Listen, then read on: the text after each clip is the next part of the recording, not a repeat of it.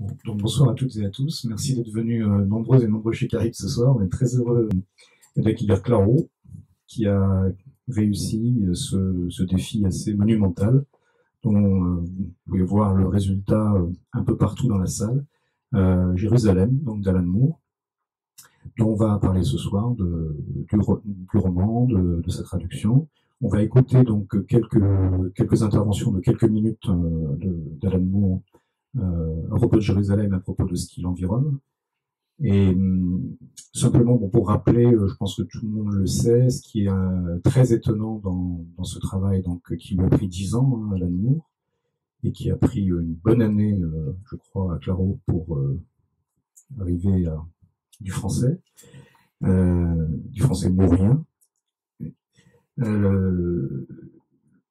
Juste pour rappeler donc que Alan Moore s'est attelé à ce défi après avoir fait une carrière exceptionnelle dans les comics et le roman graphique. Je pense que tout le monde s'accorde aujourd'hui à dire que c'est quelqu'un qui a transformé cette forme d'art, qui a instillé une capacité de scénarisation au long cours en fait qui n'existait guère avant lui, donc avec des succès qu'on connaît tous qui sont vraiment monumentaux. Et ensuite cette décision de dire au fond d'avoir un peu fait le tour du comics et du roman graphique et de passer au roman, donc avec une première tentative en 1995, magnifique, qui s'appelait La Voix du Feu, et puis avec cette espèce de grande œuvre, donc par son contenu, par sa taille aussi, puisque les éditeurs astucieusement ont utilisé une police de caractère un peu plus petite pour vous faire croire qu'il n'y a que 1300 pages, mais en fait il y en a 1600 et quelques. Un nombre de signes qui se compte en plusieurs millions, donc vraiment quelque chose d'impressionnant. On va pas ce soir faire une tentative pour raconter ce livre, bien entendu, mais néanmoins, avant de se focaliser sur certaines questions, certains chapitres, et d'aborder à la fois des thématiques et des questions de traduction, et puis de faire entendre le texte, d'en faire lire certains extraits, je pense que Claro va quand même nous dire de quoi il retourne dans les grandes lignes. Bonsoir, merci d'être tous là. Alors, la dernière fois que j'ai essayé de résumer, ou du moins de raconter Jérusalem, on a fermé à 4 heures du matin et on n'a pas pu faire la soirée. Donc, je vais essayer d'être un peu plus concis. Je pense qu'il suffit juste de donner l'argument. C'est un type qui un jour a un petit accident au travail et donc perd un peu conscience pendant un moment. Et à la faveur de cette mini-inconscience, ce mini-coma, il se rappelle un autre coma qu'il a eu quand il était enfant, après avoir failli s'étrangler. Il a perdu connaissance pendant plusieurs minutes, ce qui paraissait un peu improbable pour survivre, mais bon.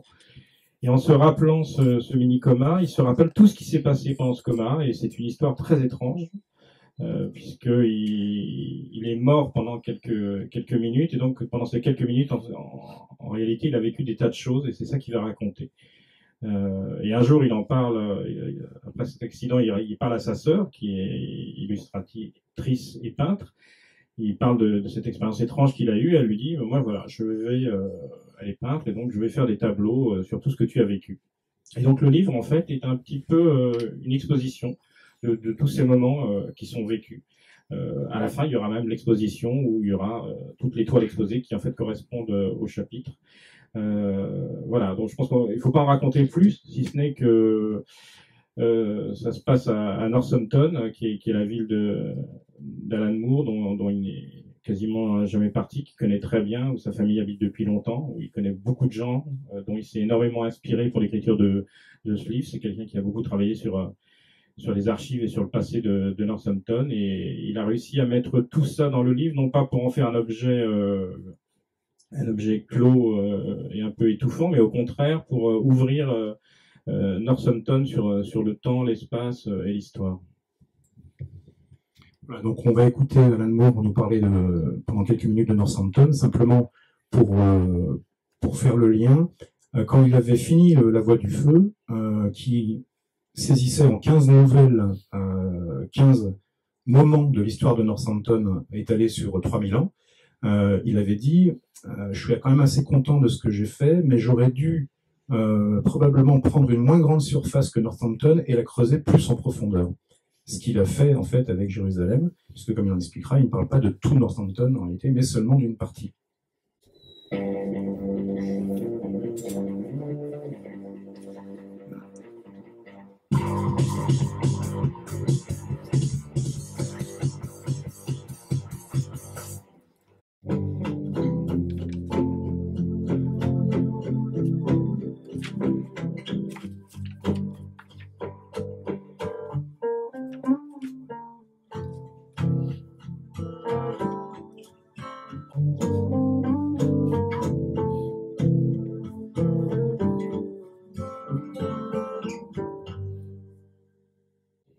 Voilà autour de cette ville de Northampton. Donc, alors certains d'entre vous la connaissent peut-être, et qu'on a arpenté quelques minutes en compagnie d'Alan Moore, et en particulier de ce quartier des Borons.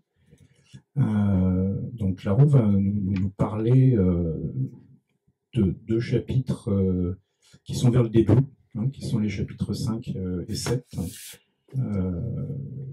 qui illustrent, je pense, assez bien et fortement cet ancrage d'Alan Moore, de son histoire de Jérusalem, dans une réalité géographique intime, extrêmement travaillée en profondeur. Et ensuite, la façon dont ça mute en quelque chose de différent. Oui, effectivement, on peut aussi entrer dans Jérusalem par différents endroits. Alors, juste un petit point avant sur le titre Jérusalem. Donc, il ne s'agit pas de la ville sainte dans l'esprit d'Alan Moore, mais c'est une référence en fait à un poème de William Blake. Poème de William Blake qui est très connu des Anglais, puisqu'en fait il est quasiment leur hymne national préféré plutôt que God Save the Queen. Et qui est un poème effectivement où il y a cette idée que l'Angleterre pourrait devenir, et Londres peut-être la nouvelle Jérusalem, à condition bien sûr de se méfier de ce que Blake appelait les Satanic Mills, c'est-à-dire les moulins de Satan, où on a vu dans ce poème une préfiguration peut-être de la révolution industrielle.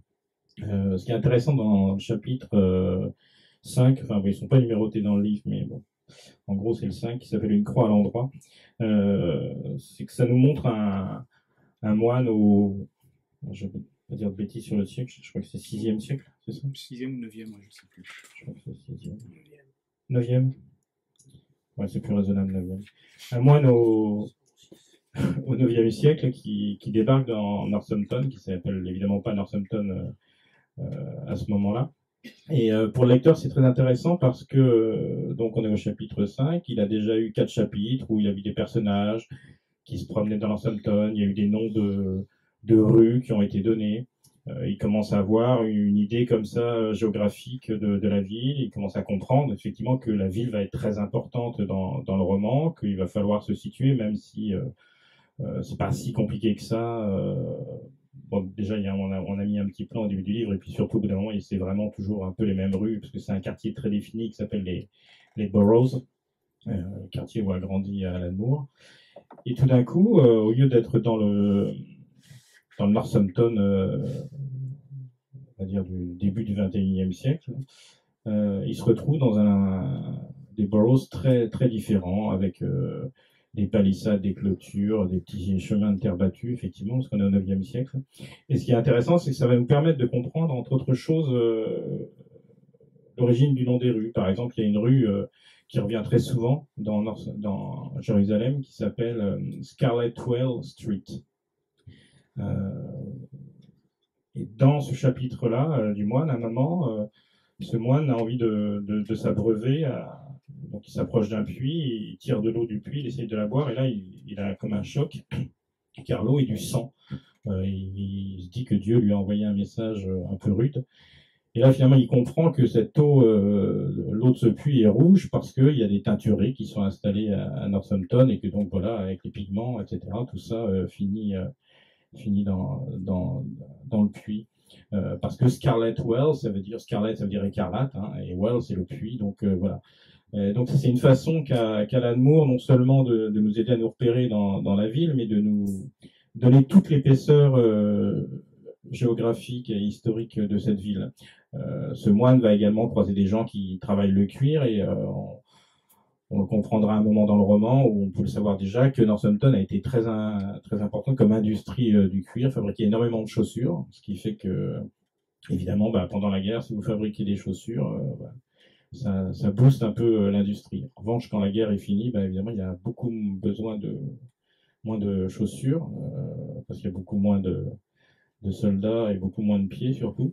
Donc la ville périclite.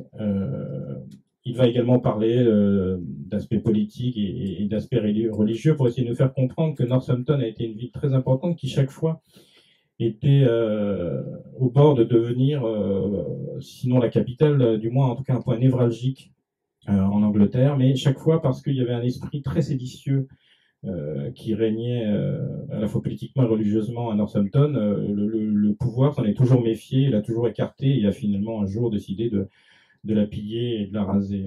Voilà, sans compter qu'après il y a eu des incendies. Donc Northampton est une ville qui n'a vécu que dans le déclin, avec une population qu'on a laissé un peu se paupériser, qu'on a évincé de certains quartiers pour les reloger dans des tours, avant de les virer aussi des tours, etc.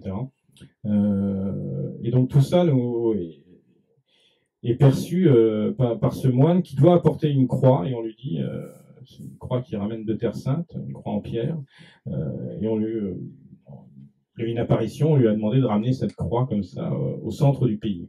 Voilà, donc là on comprend vraiment que ce que disait Alan Moore tout à l'heure est une croyance très ancrée chez lui, c'est-à-dire que Northampton est vraiment le centre du pays et peut-être plus que du pays. Une des choses fascinantes, et dans ce chapitre, on est la première, enfin, dans le déroulé du roman, la première illustration la plus puissante, c'est que il y a vraiment chez Alan Moore, et ça on sait depuis même depuis ses premières grandes séries dessinées, enfin scénarisées, il y a cet attachement à une épaisseur documentaire, à un travail formidable d'historien et de géographe, dont ensuite il extrait le travail de l'imagination et ces personnages, en fait, la fondation des premières églises de Northampton, leur rôle central effectivement dans l'équilibre de l'Occident chrétien et du monde, c'était une chose qu'il avait esquissée en 30-40 pages dans La Voie du Feu, et puis qu'il l'a transfiguré une nouvelle fois pour en faire quelque chose d'encore différent, d'extrêmement beaucoup plus puissant dans Jérusalem. Alors, j'avais une question que je me posais, Claro, c'est par rapport à cette densité géographique et historique extrêmement minutieuse, comment tu t'y es pris pour entrer dedans, en fait, pour entrer dans les Boros? Alors effectivement, il y a une chose que j'aurais pu faire, c'était aller à Northampton, mais pour moi c'était vraiment très très loin.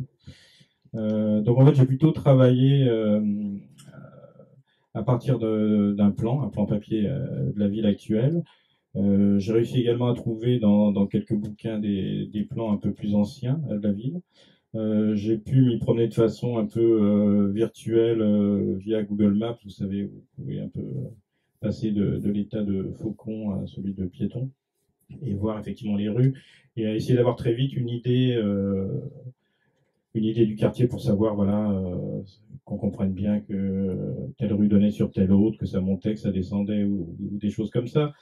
Même si c'était pas forcément nécessaire de faire ce travail, je pense, parce que Moore est extrêmement précis lui-même. Enfin, moi, je sais que j'ai beaucoup de mal avec les livres où il y a plus de 4 personnages et plus de 3 lieux. Et là, bizarrement, alors qu'il y a quand même, j'ai pas compté les personnages, mais je pense qu'il y en a une trentaine qui sont importants et peut-être une vingtaine d'autres. Et pas mal de rues. Moi, je me suis jamais senti perdu, égaré. Enfin, il a une façon de vous promener en fait.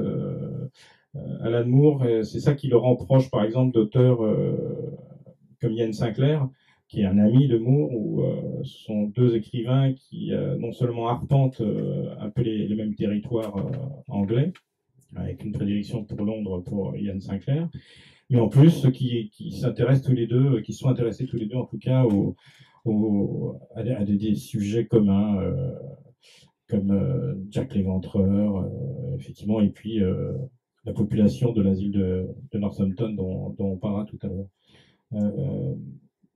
Moi, je n'ai pas écrit le livre, j'ai juste traduit, donc je peux parler que de mon expérience justement sur le terrain.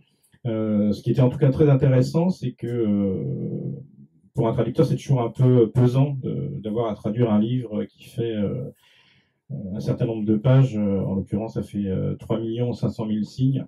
Donc, il faut quand même chaque fois enfoncer la touche. Mais ce qui était génial avec le roman d'Alan Moore, c'est qu'il a quand même 35 chapitres, chacun est à peu près grand comme un énorme roman français de 150 pages. Donc j'avais l'impression de traduire 35 livres, et en plus chaque livre était très très différent par le sujet, par les personnages, chaque fois on change de personnage, et aussi par l'écriture, parce que Moore varie beaucoup les techniques d'un chapitre à l'autre, et également, on en parlera peut-être d'une partie à l'autre, surtout dans la troisième partie. Donc non seulement il n'y avait pas d'égarement, mais il y avait un effet de surprise permanent. En plus, ce qui est intéressant dans sa technique littéraire, parce que tout se passe au même endroit, et même si ça se passe à plusieurs époques et qu'il prend des personnages différents, il arrive à recouper des choses. C'est-à-dire que y a un personnage principal, par exemple, va apercevoir du coin de l'œil un autre type, et bien dans un autre chapitre, cet autre type qui était juste périphérique va devenir le personnage central, et on va avoir la vision de leur croisement ou de leur rencontre, etc., avec une autre vision, un autre son de cloche, ce qui est d'autant plus intéressant qu'en plus, il y en a certains qui sont vivants et d'autres qui sont morts. Je pense qu'on parlera tout à l'heure du chapitre de l'asile, et puis d'autant plus parce que c'est un de ceux qui est... Moi, je trouve que chacun des chapitres est spectaculaire. Enfin, pour les raisons qu'indiquait Claro, il y a une espèce d'unité dans chacune de ces 35 pièces, et dont se dégage peu à peu le fait qu'aucune pièce n'est là par hasard. Ça, on en reparlera tout à l'heure, mais il y a une maîtrise de la construction d'ensemble qui, à une échelle pareille, laisse quand même très admiratif. Mais il y a des morceaux de bravoure encore un peu plus braves que les autres, et c'est vrai que on parlera donc de ce chapitre 26, mais il y a aussi un chapitre qui est entièrement en poésie, un autre qui est une pièce de théâtre, et c'est pas gratuit. Enfin, c'est pas parce que, c'est certainement pas du tout uniquement parce que Alan Moore avait envie de s'amuser et de voir un peu comment il faisait du théâtre. Alors, ce qu'il faut dire, c'est que moi, je trouvais ça assez génial parce que je pense qu'un des premiers moments de bravoure arrive dans le chapitre 2 où on a un restaurateur de fresques qui est dans la cathédrale Saint-Paul à Londres et qui est en train, voilà, c'est décrit là tous ses pigments, ses pinceaux, il est sur une plateforme qui monte pour être à 30 mètres de hauteur et restaurer une fresque. Et tout d'un coup, la fresque s'anime. Donc, et Moore a une façon de décrire cet énorme visage d'ange qu'il est en train de restaurer, qui se tourne lentement avec les pigments qui bruissent, qui vibrent. Ça devient vraiment de la 3D, il y a un relief incroyable. Et donc, juste quand je disais ça, je me dis, wow, c'est incroyable, le moment de bravoure est déjà là dans le chapitre 2. Et ce qui est fou, c'est que après, il y en aura tout le temps, quoi. Il a une force comme ça alors il y a des petits moments de répit, il y a des choses, il y a aussi des dialogues, des errances. Mais régulièrement, il monte en puissance comme ça et il arrive à des scènes en plus qui fait tenir, c'est pas que sur trois paragraphes. Et comme disait Hugues, c'est absolument jamais gratuit puisque tout est interconnecté dans Jérusalem, et à un point que moi, quand la trad a été finie, donc vous vous doutez qu'une trad finie, c'est une trad qui a déjà été lue plusieurs fois par le travail, par la révision. Après, il y a d'autres gens qui travaillent dessus, qui vous posent des questions. On essaye d'améliorer et en fait, c'était comme un jeu d'énigmes, mais on passait son temps à découvrir d'autres choses. On disait, ah oui, mais alors tiens, lui, en fait, c'était peut-être celui qui a fait ça. Ah, mais est-ce que le fils, alors c'est pas infini, je pense non plus, mais il y a un truc complètement dingue qui fait qu'on s'aperçoit que Moore a quand même extrêmement bien construit son livre, ce qui est pas évident parce que sur un livre énorme comme ça, on peut aussi se permettre effectivement des choses gratuites, pourquoi pas. Mais lui, on sent qu'il a absolument rien laissé au hasard. Donc je pense que c'est quelqu'un qui a travaillé, qui a fait un plan absolument démoniaque. Mais ça, on savait déjà par le Moore, scénariste de bandes dessinées, que c'est quelqu'un qui fait des plans souvent 10, 20 fois plus longs que les BD qui sont illustrés après. C'est-à-dire que les illustrateurs après, on voit des détails absolument incroyables. Donc c'est le roi de l'interconnexion. Et c'est ça qui fait que Jérusalem se tient tout le temps, parce qu'on sent que tout est à une croisée de quelque chose. La croix, d'ailleurs, est un des motifs qui revient souvent. Et donc, on va justement, on a entendu Alan Moore parler de lieux, et là, en fait, il va nous parler à sa manière d'histoire, d'écho, de résonance et de fantômes, et de la façon dont ces différentes personnages, ces âmes, leurs émanations, pas que uniquement les anges animés, mais même si ceux-là sont particulièrement spectaculaires, donne l'épaisseur historique en fait du roman.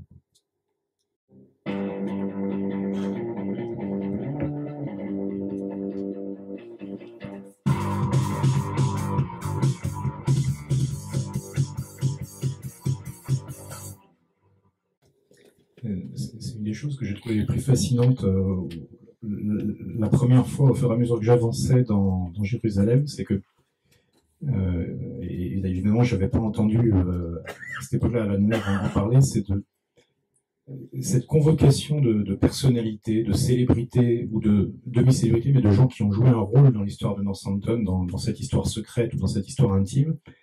C'est complètement fou. Et au début, moi, je me disais, non, mais bon, tout ça, ça doit être inventé, quoi. Et puis, en fait, peu à peu, les preuves s'accumulent que Northampton est bien le centre du monde, en réalité. Enfin... Oui, c'est vrai qu'il y a tous ces personnages absolument incroyables. Bon, comme le fait quand même remarquer Alan Moore, les trois quarts des célébrités étaient à l'asile. Bon, c'est aussi un livre sur la folie. Mais ce qui est intéressant, c'est que ces personnages célèbres qui apparaissent dans le livre. Il y a le poète John Clare, qui est un magnifique poète. D'ailleurs, il y a un roman qui vient de sortir sur lui aux éditions de Piranha, qui n'est pas très connu en France, mais qui est vraiment un poète assez incroyable, et qui a fait un peu une fixation sur une certaine Marie, et donc après 20 ans, il a écrit que des poèmes à Marie, à peu près. Mais tous ces personnages-là se retrouvent un peu perdus aussi dans le livre, puisque ils sont morts. Donc ils errent un peu comme ça dans les limbes de Northampton, dans les limbes du livre.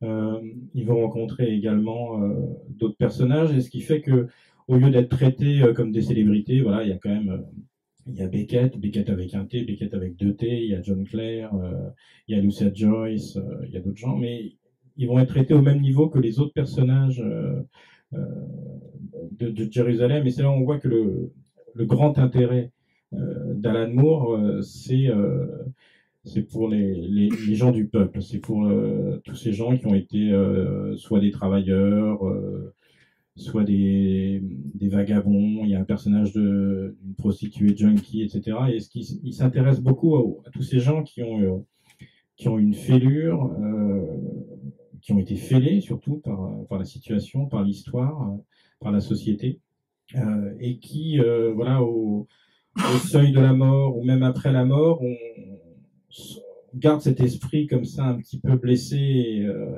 Il y a un passage très très beau où il y a un vagabond il est un peu dans des limbes comme ça, et il sait qu'il y a un étage un peu supérieur, qui n'est pas un paradis, mais enfin qui a l'air beaucoup plus sympa, mais il n'ose pas y aller parce qu'il a l'impression d'avoir démérité. Et ce qui est très très beau, c'est quand on comprend pourquoi ce vagabond pense avoir démérité, on se demande quel crime horrible il a commis.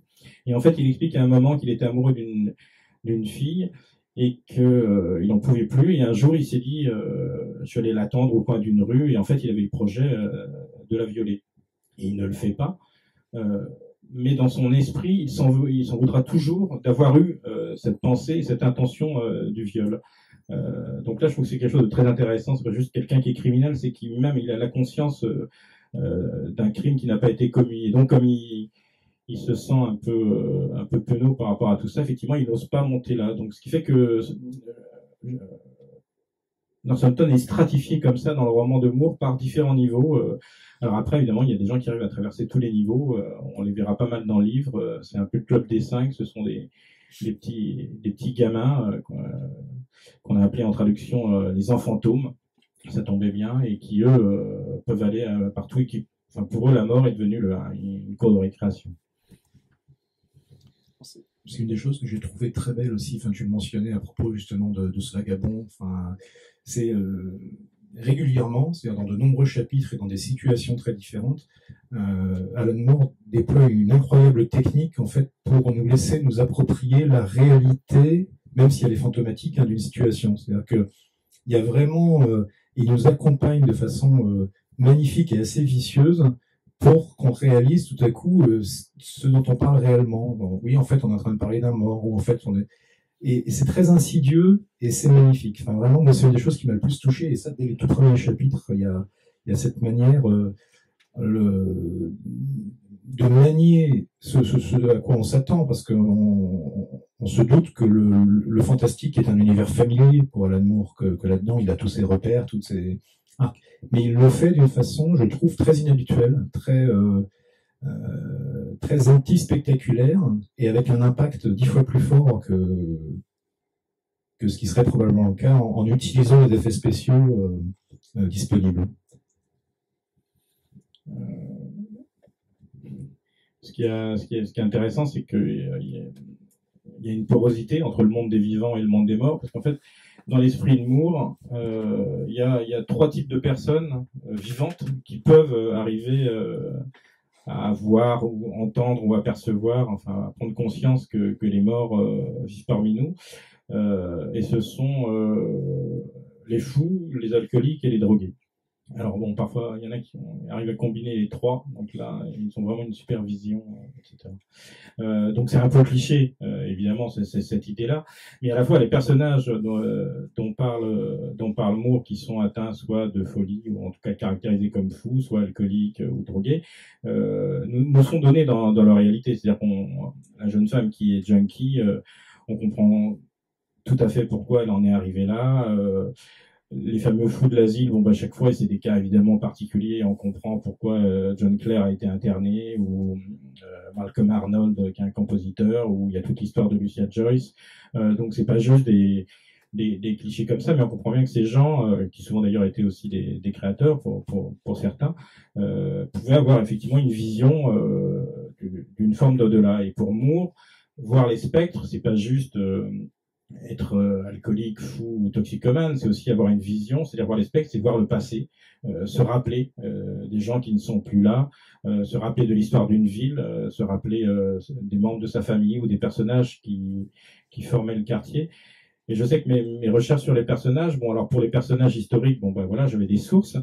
Et en revanche, Moore avait indiqué qu'il avait il avait beaucoup parlé à des gens de sa famille, à des gens du quartier, pour avoir des anecdotes, des histoires sur les gens. Il s'était servi aussi d'un espèce de petit fascicule qui avait été édité par la ville de Northampton, comme ça, qui réunit un peu des souvenirs des gens sur plusieurs décennies.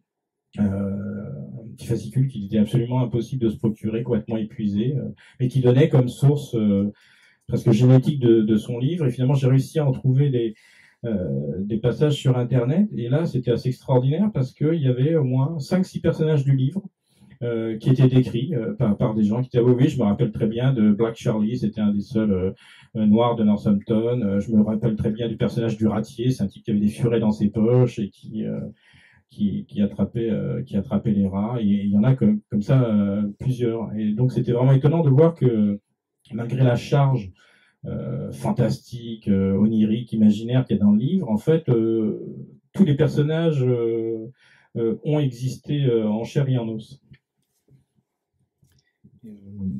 Par rapport à ce que tu disais à l'instant, oui, sur la folie, notamment, une des choses qui est frappante, c'est que ces différents personnages, donc, qui ont différentes formes de folie, ou en tout cas de blessures, il y a cette dimension, et on va y venir en écoutant encore une fois tout à l'heure Alan Moore. C'est pas du tout un roman social ou politique au sens où on pourrait par exemple penser à du Charles Dickens à travers l'histoire. Mais il y a une conscience extrêmement aiguë qui moi m'a beaucoup fait penser. Alors le hasard faisait que quelques mois avant de lire Jérusalem, j'avais enfin lu un autre genre de chef-d'œuvre qui est London Orbital de Ian Sinclair. Donc c'est vrai, comme l'a dit tout à l'heure Claro, ce sont des amis proches. Et j'ai eu cette sensation par moment que là où Ian Sinclair, en faisant un travail géographique, c'est-à-dire en tournant autour de Londres, à une vingtaine de kilomètres du centre de Londres par ce périphérique, en rencontrant les lieux en fait chargés d'histoire, et notamment un certain nombre d'asiles, d'anciens asiles, d'asiles reconvertis en autre chose, en usines de munitions chimiques, en tout un tas de choses, et que finalement Alan Moore, à travers ce qui est arrivé à ces personnes, célèbres ou non, ou effectivement des gens du quotidien, retrace lui aussi une forme de psychohistoire, bon, si ce n'est que ce terme est atrocement galvaudé, parce qu'il y a un auteur de science-fiction américain qui s'en est emparé dans les années 40 et qui en a fait toute autre chose. Je trouve qu'il y a vraiment une histoire sociale intime extrêmement puissante qui se dessine dans beaucoup des chapitres de Jérusalem. Donc on va écouter Alan Moore nous dire quelques mots de politique en fait et de culture populaire.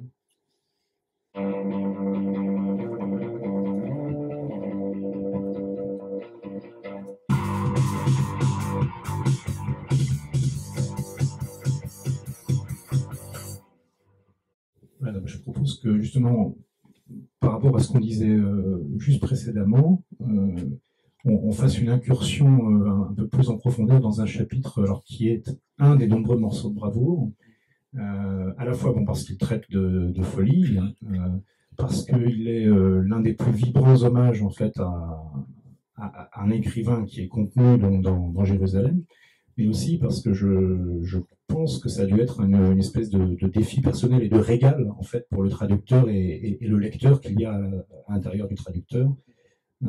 Je repense à certaines remarques que tu faisais il y a déjà un certain temps dans Cannibal Lecteur, où c'est le moment où effectivement où il s'agit de savoir quel mot il va falloir inventer.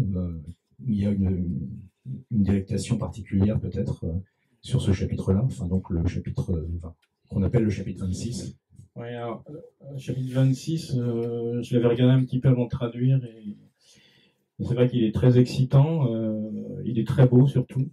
Donc c'est un chapitre alors, qui n'est pas du tout un monologue de Lucia Joyce, qu'elle ne dit pas je, mais bon, on est quand même dans sa tête et avec elle. Et donc Lucia Joyce a passé à peu près plus de 20 ans à l'asile de Northampton. Bon, ces troubles mentaux, à chaque fois je mets des guillemets, je suis pas médecin, ont commencé très tôt et son histoire est compliquée, probablement abusée par son jeune frère. Des rapports avec son père très intenses, ou alors que c'est le fils qui aurait dû, dans l'esprit de Joyce, reprendre le flambeau, où il voyait bien que c'était sa fille qui était douée, mais elle était rebelle, donc elle voulait à la fois plaire à son père, mais se faire sa propre vie. Elle a été danseuse, elle a eu beaucoup de succès, elle a fait des tournées à Paris, c'est quelqu'un qui avait sa propre vie, mais qui était peut-être un peu trop indépendante pour une femme à l'époque. Ce sont des choses d'ailleurs qui sont dites très clairement dans ce chapitre. Et donc Jérusalem comporte un chapitre qui lui est dédié, qui est dédié également à l'asile St Andrews, où comme Moore l'a dit tout à l'heure, effectivement il y a eu une sacrée population. On pourrait rajouter également Dusty Springfield, je crois que Michael Jackson aussi a fait un petit séjour, donc on avait dit John Clare, il y a aussi Malcolm Arnold qui était un grand compositeur anglais, et donc c'est une façon pour lui de, voilà, à l'intérieur de Northampton, il y a les boroughs, mais aussi il y a un autre endroit qui est comme des boroughs parallèles, des boroughs complètement fermés, cadenassés, qui s'appelle l'asile de Northampton, mais qui pour lui va fonctionner comme une espèce de vortex ou de trou noir qui va permettre aux personnages d'aller et de venir et de se croiser et de brasser tout ça. Bon, là j'étais un peu obligé de parler un petit peu comme un traducteur, mais donc c'est un chapitre où en fait Alan Moore décide, puisqu'il parle de Lucia Joyce, qui était très importante dans l'écriture de Finnegan's Wake, le dernier grand texte de Joyce, il décide de l'écrire un peu à la façon de Finnegan's Wake. Mais là où Finnegan's Wake est d'une lecture assez rude, puisqu'il mélange vraisemblablement plusieurs langues, dans ce chapitre-là, il choisit un parti qui est assez intéressant, c'est-à-dire qu'on commence à le lire et on comprend rien. Et après, en fait, il faut accommoder de deux façons, par l'œil et par l'oreille. C'est-à-dire que par l'œil, on va s'apercevoir que voilà, les mots sont feuilletés, il y a 2-3 mots en un, donc on finit par les voir. Et en revanche, si on lit le texte à un certain rythme et j'en dirais une certaine distance de l'oreille, un peu comme on fait de l'œil, si on accommode, en fait, on entend très bien le texte. Alors, on entend très bien un premier texte qui nous raconte une histoire, qui est Lucia Joyce, qui erre dans les jardins de l'asile et qui fait diverses rencontres avec divers personnages. Et à la fois, dans chaque mot, on entend un bruissement d'autre chose, de tout ce qui est tabou, de tout ce qui est interdit. Il y a une histoire d'inceste qui revient souvent, mais qui revient également dans le roman parce qu'il y a une autre histoire d'inceste qui est d'ailleurs tirée de la vie de la famille d'Alan Moore. Et là, il y a des pages qui sont vraiment extraordinaires là-dessus et très très dures. Alors je sais pas, vous n'êtes pas obligé, mais ce que j'ai fait, j'ai imprimé un tout petit extrait du texte, donc du texte original d'Alan Moore. Après, je l'ai fait suivre de sa traduction en anglais, parce que voilà, j'étais obligé de traduire Moore en anglais. Après, ce texte mis en anglais standard, mais qui est donc le premier niveau, j'en ai fait une traduction en français.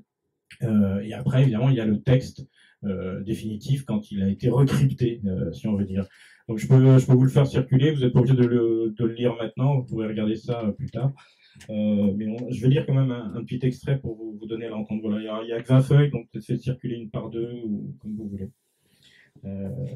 Ce qui était compliqué dans la traduction de ce chapitre, mais ce qui est toujours passionnant quand on est traducteur, c'est que Moore donc déforme tous les mots. Bon, alors ça, un traducteur arrive parfois voilà, à les reconnaître à force de piocher un petit peu. En revanche, ce qui était plus compliqué, c'est qu'il brasse aussi des informations.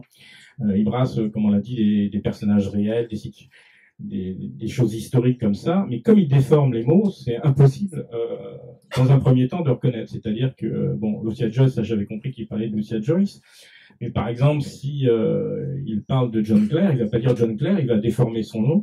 Donc comment savoir de qui il parle? Donc là, il n'y avait pas tellement d'autres solutions. C'était soit se faire interner à Saint-Andrews et piocher dans les archives, mais je n'avais pas le temps, on va dire.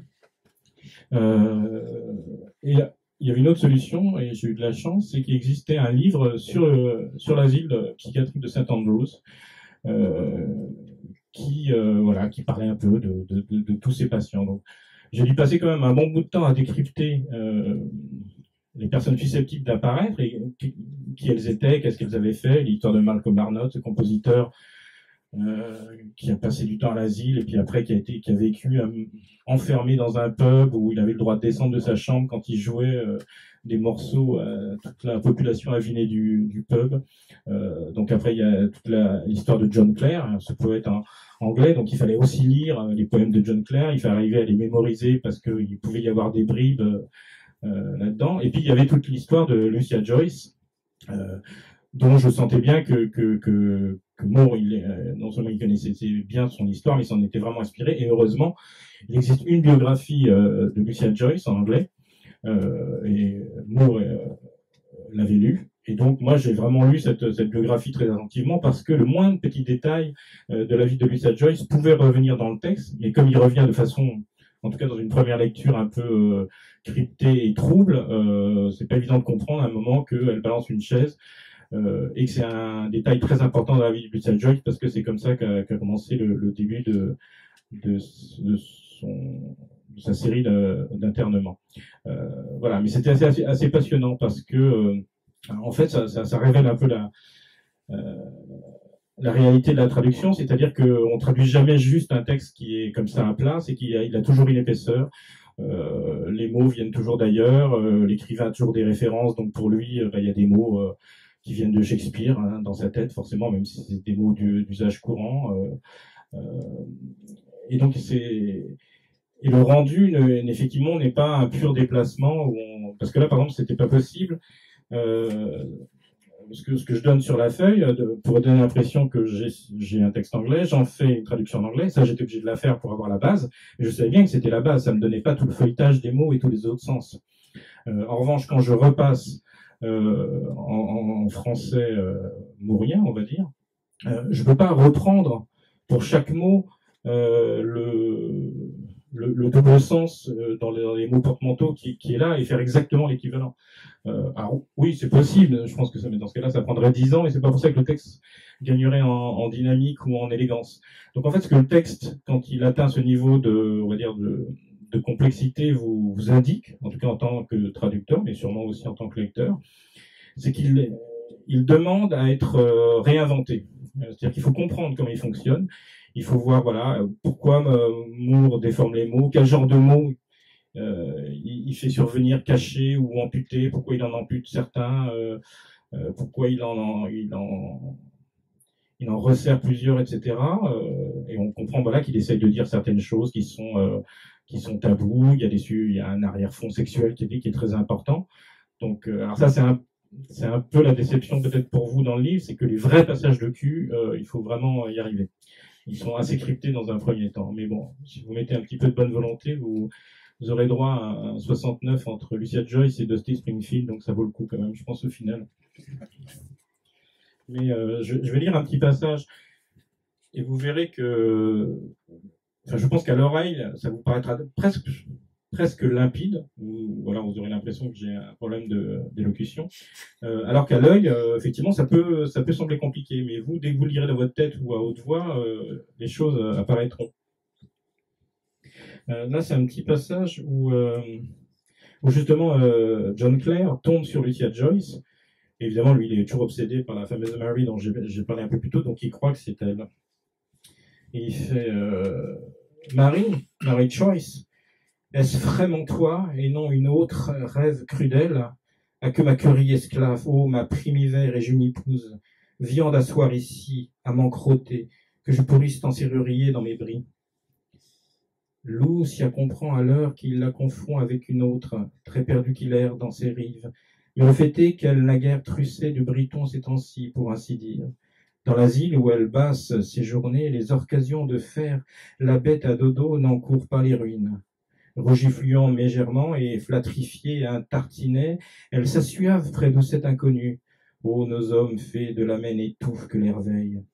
Alternante, elle se permet d'indiscrètes questudes sur souhaitant traiter, mais s'il enfouit en alors sa tite dans son cœur sage, grandant sa réponse incompressive.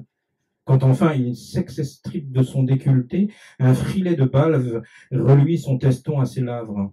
Il la regarde, ses trésophables insolivant d'ormuse. Elle a du mal à comprendre ses parules routant d'impétution.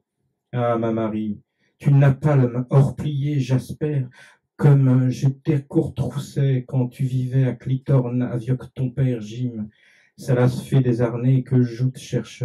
Je me suis escarpé de leurs îles d'épines forêts, et apprécia et marché bien qu'à ta revindicte maille jusqu'à ta demeure. J'ai mangé l'herbe des chemins rencontrés, herbates graves de chassaume, fricanté un chapelier. Scène balourdeuse s'aventure dessous sage huppe. Les cœurs de Lucia s'accélèrent, elle censée jouie intime, écrumée au fond d'elle, titouillée par son attitude lyriaque et poétrique. Qui pulsait, c'est un membré de la classe inférieure qui lui ébrouille son boa de pluime, mais surtout ses sceptres histoires de palpation méritale qui la fait frismouiller et lui dressaute les tastons. Après tant d'arnées à s'ennuiter d'entrejoutes dépérimantes, elle désise parlait de s'en trouver un mari, un parrain charmane, venu salvager la petite princesse à son palpin. Bon, je pourrais continuer comme ça tout le livre. Mais voilà, je pense qu'on entend. On entend double, hein, et ça c'est intéressant parce que ça nous rappelle quand même ce que c'est quand on entend un texte, quand on le lit, on entend toujours autre chose. Alors des fois on entend ce qu'on rajoute nous, on a nos souvenirs qui forment un sous-texte, mais le texte n'est jamais seul. Un texte n'est jamais isolé, et c'est pour ça que il y a peut-être pas un auteur du livre. Mais plusieurs auteurs, et que c'est parce qu'on devient multiple en écrivant un livre et plus on devient multiple en écrivant un livre, plus le livre gagne en densité, en épaisseur, j'allais dire en épaissité, ben ça commence à me... Alors il faut dire qu'une fois qu'on a traduit ça, moi j'avais décidé de le traduire à la fin, parce que je me doutais que si je le traduisais dans l'ordre, ça me contaminerait. Et après, j'ai fait des rêves un peu étranges, j'avais un peu du mal à écrire. Et Moore, d'ailleurs, lui-même raconte que il a mis, je pense, quasiment un an à écrire 4 heures par jour ce chapitre. Il raconte qu'après, il a arrêté pendant un an. Il a arrêté pendant un an l'écriture du livre parce que c'était plus possible. Voilà. Bon, moi, j'ai pas attendu un an, heureusement, mais c'est vrai que c'est un chapitre qui est complètement fascinant. Moi, il le met en 26, donc le lecteur qui est quand même arrivé jusqu'au 25, il a mérité et il peut aller au-delà, mais il faut pas en tout cas se laisser impressionner par son côté faussement opaque, alors qu'il y a un côté complètement origami comme ça, ou un peu comme ces fleurs qu'on met dans l'eau et qui s'ouvrent tout d'un coup. En plus, comme on a dit, il y a une bonne motivation pour écouter ce qui se passe dans le livre. Voilà, vous avez pu entendre à quel point ce chapitre est certainement, oui, l'un des plus spectaculaires, l'un de ceux où la créativité de Moore exigeait en fait un travail. Bon, là on rentre dans effectivement les méandres intimes de la traduction, un travail de création. J'aime bien l'expression méandre intime. N'est-ce pas, hein, c'est codé aussi, tu t'en doutes. J'avais une petite question par rapport à ça sur des chapitres en apparence un peu plus anodins, mais où la forme en fait, où la référence stylistique utilisée par Moore, soit tu la détectes précocement, soit dans certains cas de façon tout à fait authentique ou parfois un petit peu joueuse et trompeuse. Il s'en est expliqué dans une interview anglaise ou américaine. Quand il va mentionner par exemple tel ou tel auteur britannique, et je pensais notamment à sa mention de Enid Blyton, est-ce que à ce moment-là tu dois relire des clubs des 5 pour te réimprégner de cette écriture-là? Je pourrais, mais moi mon truc c'est oui, donc j'ai du mal à passer au club des 5. Non, mais c'est vrai que c'est un livre qui oblige à des lectures périphériques. C'était pas effectivement que prendre un plan de Northampton. Il fallait lire d'autres choses, il fallait s'imprégner d'autres styles. Il y a un chapitre qui est écrit un petit peu comme une pièce de Beckett. Il y a un chapitre qui est une espèce qui pourrait être aussi un hommage à Beckett, enfin qui a quasiment sans ponctuation, un flux de conscience comme ça. Mais à la limite, même si on n'a pas, le traducteur est pervers, donc il fouille un peu les références, mais même si on les a pas, ça n'empêche pas de traduire et surtout ça n'empêche pas de lire, hein, puisque c'est pas l'amas des références et n'est pas là pour faire panache de savoir. Et là pour que le livre se tienne. C'est pas fait pour que le lecteur ait un sentiment parfois d'incompétence ou se dise si je rate telle référence, je rate une entrée du livre. Pas du tout. Les références c'est quelque chose que l'écrivain met lui-même pour tenir le livre. C'est c'est comme du ciment, donc tout le ciment ne se verra pas, mais lui il sait que c'est là. Je sais qu'il y a un chapitre que j'aime beaucoup, qui est le chapitre sur une espèce de poète raté alcoolique qui s'appelle Benedict Perrett. Et le chapitre, commence par une citation déguisée de Shakespeare, qui est le vers anglais, c'est dans La Tempête, c'est Full Fathom Five, Thy Father Lies, un poème qui est très connu aussi parce qu'il a été repris en musique, et qui dit, alors voilà, ce vers-là dit quelque chose à tous les Anglais. Vous savez, cette fameuse phrase, on dit c'est un vers qui dit quelque chose à tous les Anglais. Bon, il est évident quand on dit ça, on s'avance peut-être un petit peu et que voilà. Et quand le traducteur doit trouver un équivalent, il doit dire qu'est-ce qu'il y a un vers qui dit quelque chose à tous les Français, sachant que il ne va pas non plus mettre du La Fontaine, parce que qui est à peu près, à mon avis, la seule chose qui pourrait marcher. Donc on trouve d'autres solutions, etc. Et on se dit pas c'est dommage parce que là je me suis Alan Moore s'est fatigué à déformer un vers de Shakespeare, moi je me suis fatigué à déformer un vers, je crois, de Baudelaire, donc c'est homme, ivre, toujours tu siffleras ton verre, enfin, j'en suis assez fier ou pas, bref. Donc la question c'est pas de savoir est-ce que le lecteur va l'entendre, peut-être qu'il va l'entendre, mais peut-être qu'aussi cette référence, s'il ne la connaît pas, peut-être qu'il la rencontrera dans 10 ans et qu'elle résonnera. Je veux dire, les choses peuvent être aussi, la culture ça marche comme ça en labyrinthe, par croisement, c'est par anticipation. On peut voir des choses et les comprendre des fois que 10 ans plus tard. Enfin, c'est l'intérêt d'avancer dans les livres, c'est que ça peut enrichir aussi le passé de ces lectures. Ce que tu soulignais à l'instant, je crois que c'est très important de l'avoir en tête, c'est que quel que soit le degré de précision culturelle et de culture savante en fait que Alan Moore a injecté dans le livre, c'est vrai que c'est pas du tout quelque chose qui est là pour être montré, pour être exposé. C'est vraiment quelque chose qui est de l'ordre du ressort et qui, ça rejoint ce qu'on disait tout à l'heure, c'est qu'il y a rien qui est là juste pour faire joli. Enfin, et que même quand Alan Moore, à mon avis un peu par coquetterie, dans certaines interviews, dit oui, il y a quand même des moments où je me suis fait plaisir, c'était pas très utile. en réalité, quand vous refermez le livre, vous apercevez que tout était utile. C'est-à-dire que chaque litre de ciment ou de mortier qui a été utilisé servait à faire converger, à donner son sens à cette histoire qu'a décrit en quelques phrases au début de Claro, mais qui est effectivement une véritable histoire, un véritable récit. Moi, c'est une des choses que je trouve le plus spectaculaire dans Jérusalem, c'est qu'on arrive à avoir un travail sur lequel réellement, je pense, des universitaires pourraient s'échiner pendant des années pour décortiquer tout ce qu'il peut y avoir dedans, et que c'est en même temps un formidable récit d'aventure, enfin un formidable récit, quand même.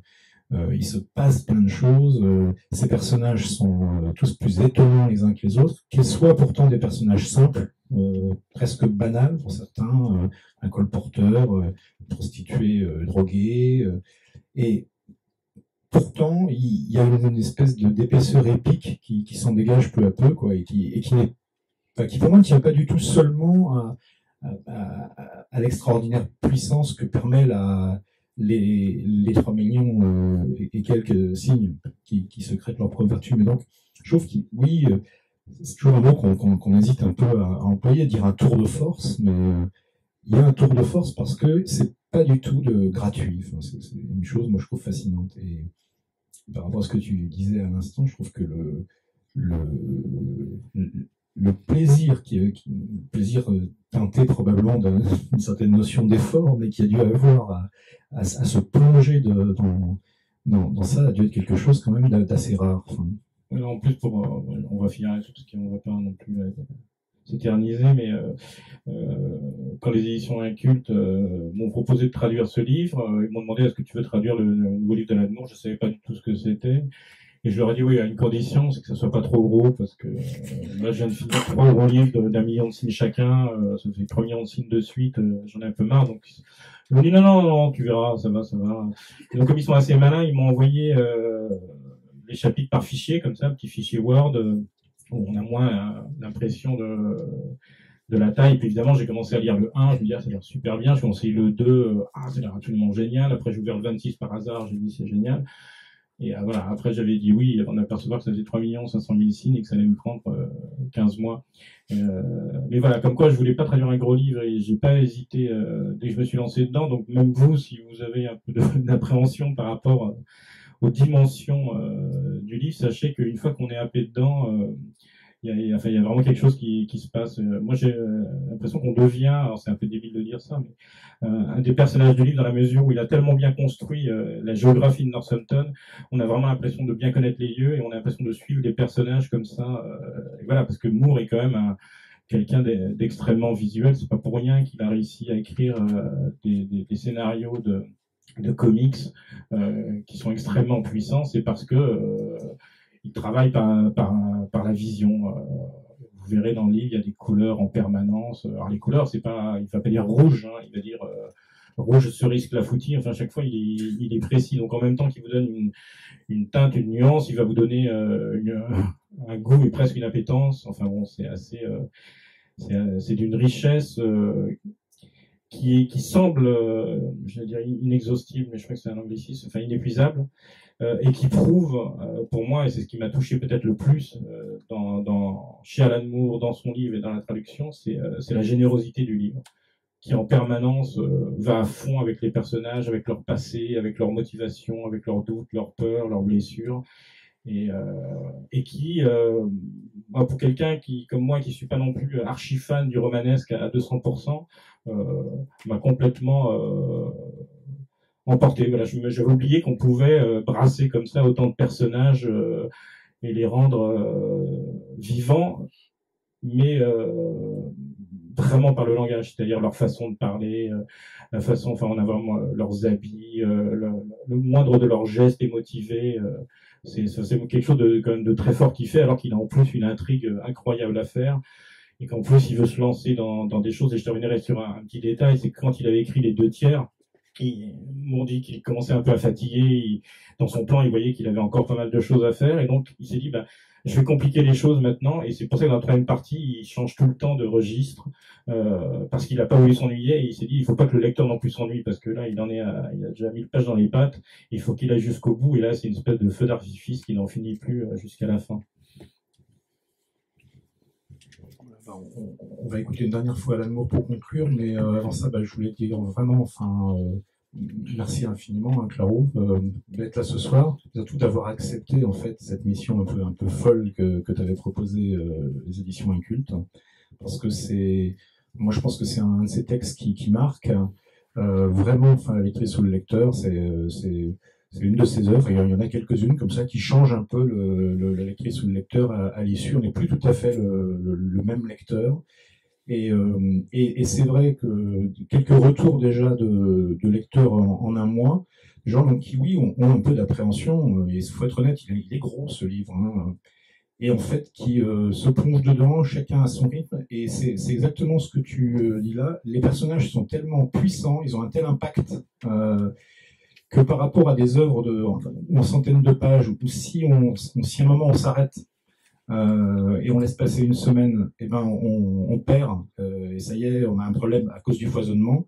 Là, en fait, l'impact visuel de ces différents chapitres est tellement fort que visiblement, on peut aussi souffler si à un moment on le souhaite, et reprendre, et tout se remet en place immédiatement, et c'est aussi un peu magique.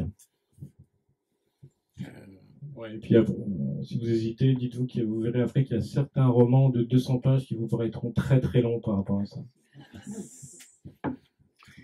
Et donc on va écouter Alan Moore nous parler pour conclure de magie, et je mentionne simplement, donc pour si parmi vous il y en a qui ont des envies de collection ou de faire de très beaux cadeaux à des amis méritants, qu'il y a une édition limitée absolument somptueuse donc qui est en vente ce soir.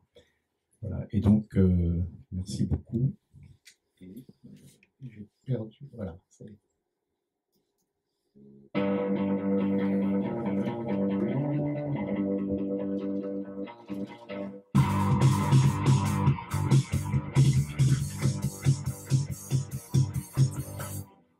Merci énormément. Merci.